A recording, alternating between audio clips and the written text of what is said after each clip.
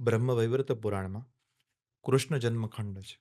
હમ એ કૃષ્ણ જન્મખંડમાં સરસ મજાની કથા બતાવી છે કે જ્યારે વસુદેવજી રાજસૂય યજ્ઞનું હમ આયોજન કર્યું હમ અને યજ્ઞમાં બધાને આમંત્રિત કર્યા હતા. હમ પણ એ ત્યારે બધા જ ગોકુળથી વ્યક્તિઓ આવ્યા હતા. રાધાજી પણ પધાર્યા હતા. હમ અને પછી કૃષ્ણ પરમાત્મા એના 16,108 રાણીને લઈને પધાર્યા હતા. હમ યજ્ઞ સંપન્ન થયો.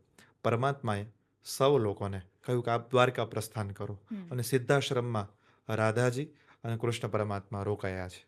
ત્યારે ગોલોકમાંથી એક રથ આવે છે. એ હમ રથમાં બેસી રાધા કૃષ્ણજી નંદન આપણે ત્યાં વૃંદાવન પધારે છે. હમ વૃંદાવનમાં બધા વનોની શોભા જોવે છે. ત્યાંથી દ્વીપોમાં પધારે, જે આપણે હમણાં ચર્ચા હા કરી.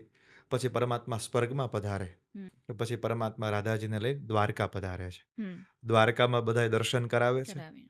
અને ત્યારે આ બાજુ રૈવતક પર્વતના દર્શન કરાવે અને વળી પાછા પરમાત્મા વૃંદાવનમાં આવે. અને હમ ત્યારે નંદ બાબા યશોદાજી એ વૃદ્ધ થઈ ગયા હતા. હમ કેટલાય વર્ષો પછી કૃષ્ણને જોયા અને પરમાત્માને જોઈને રાજી થયા.